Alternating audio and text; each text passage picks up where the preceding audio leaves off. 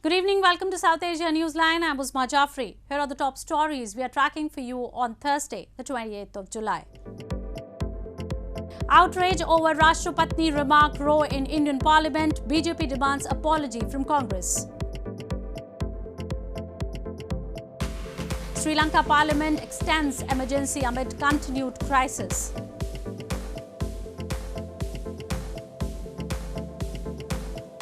And IMF says it is ready to support Bangladesh after loan request.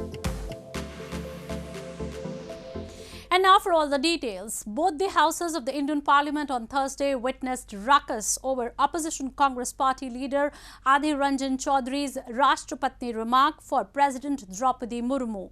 Ruling Bharatiya Janata Party accused Congress of demeaning President Murmu and demanded apology from Chowdhury as well as interim Congress President Sonia Gandhi.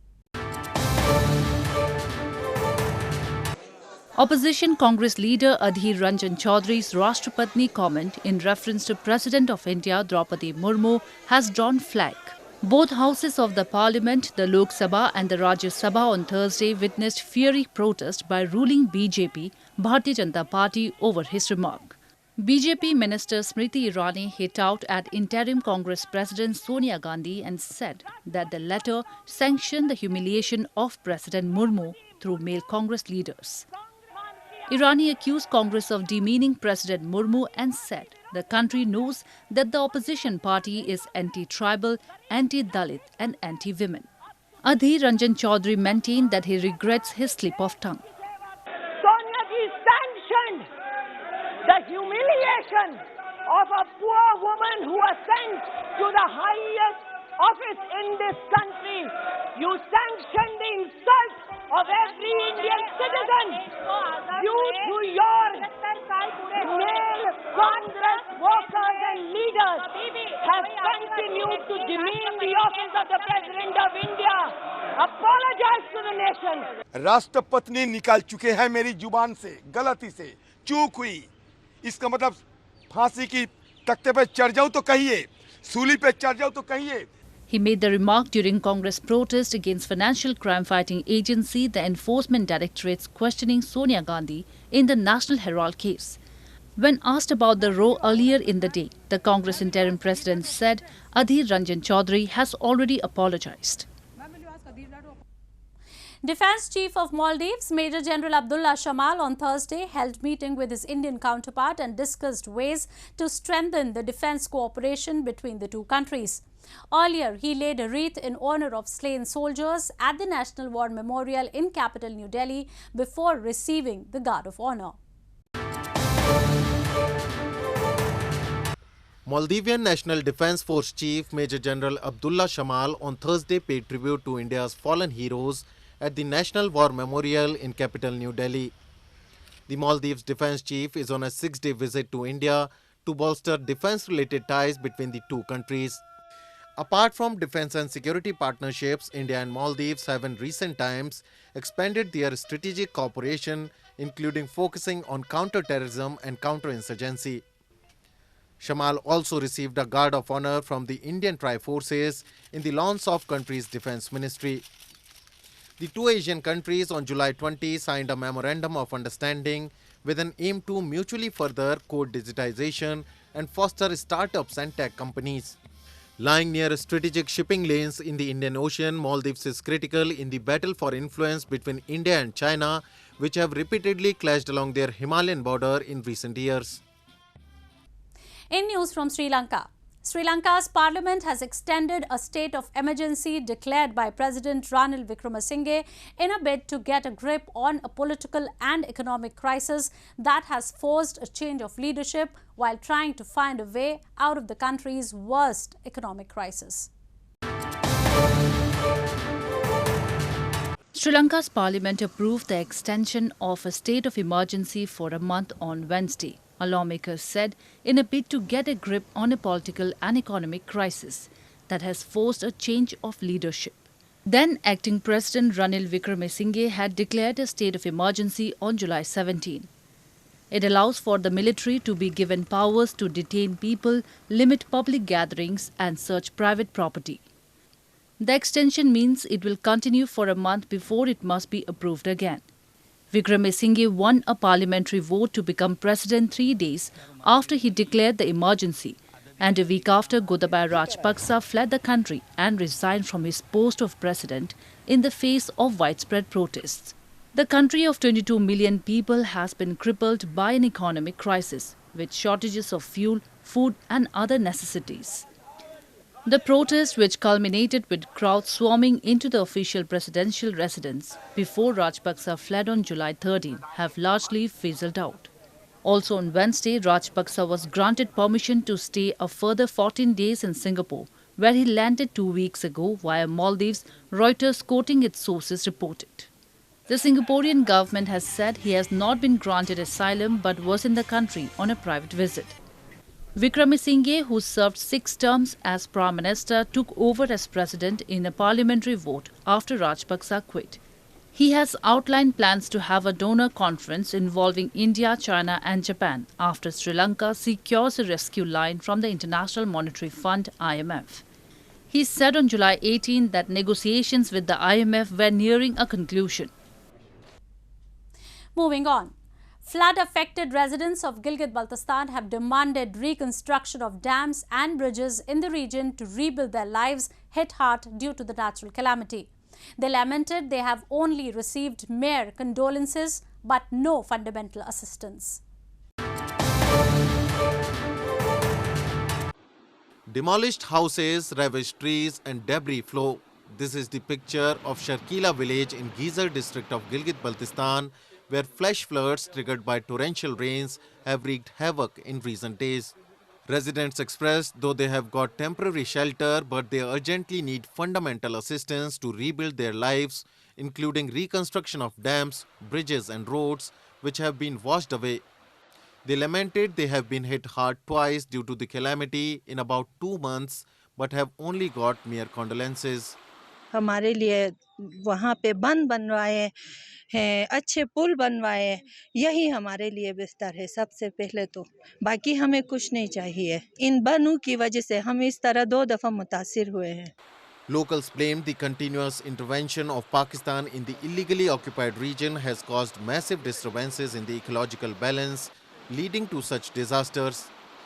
Though it has become an annual phenomenon, the corrupt authorities have made no learning and no efforts were done to mitigate the effects. Bangladesh is seeking bailout package from the International Monetary Fund as rising energy and food prices because of the Russia-Ukraine war have inflated its import bill and the current account deficit. The IMF on Wednesday said it is ready to support Bangladesh after the loan requests as the country becomes the latest South Asian nation to ask for assistance after Pakistan and Sri Lanka. The IMF, International Monetary Fund, said on Wednesday that it would discuss Bangladesh's loan request after the country became the 3rd in South Asia to seek such support after Pakistan and Sri Lanka. Bangladesh's $416 billion economy has been one of the fastest growing in the world for years, but rising energy and food prices because of the Russia-Ukraine war have inflated its import bill and the current account deficit. An IMF spokesperson said that the IMF stands ready to support Bangladesh and the staff will engage with the authorities on program design as per the established policies and procedures of the fund.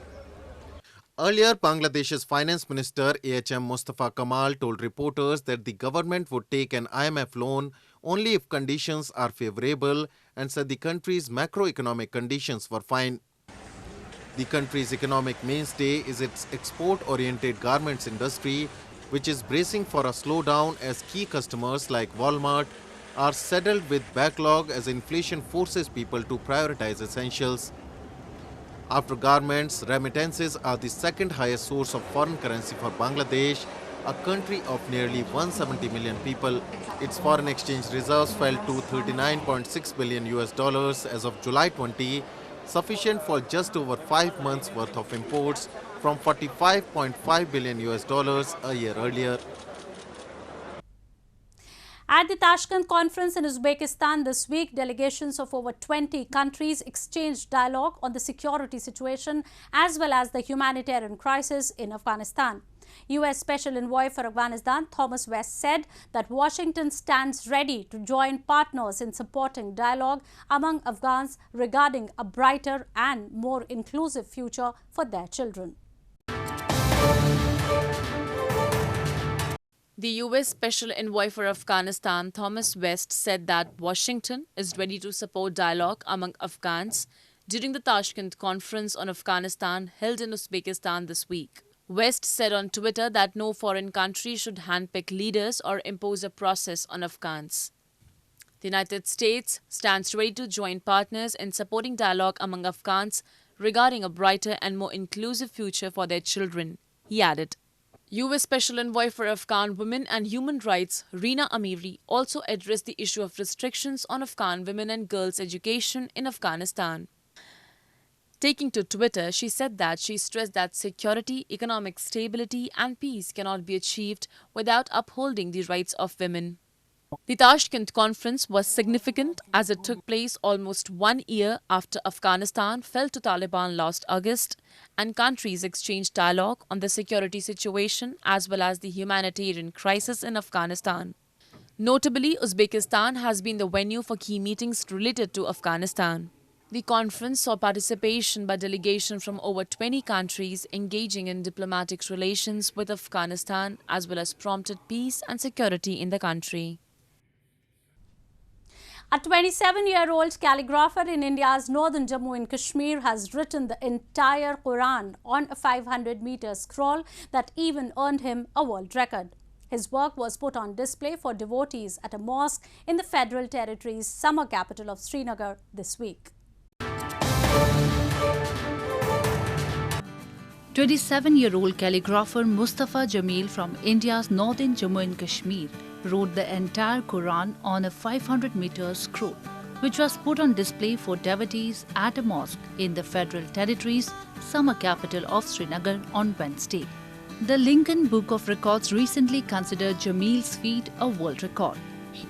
He hopes to promote calligraphy with his 500-meter long handwritten Quran, comprising 450 pages, which is 14.5 inch wide and 500 meters long.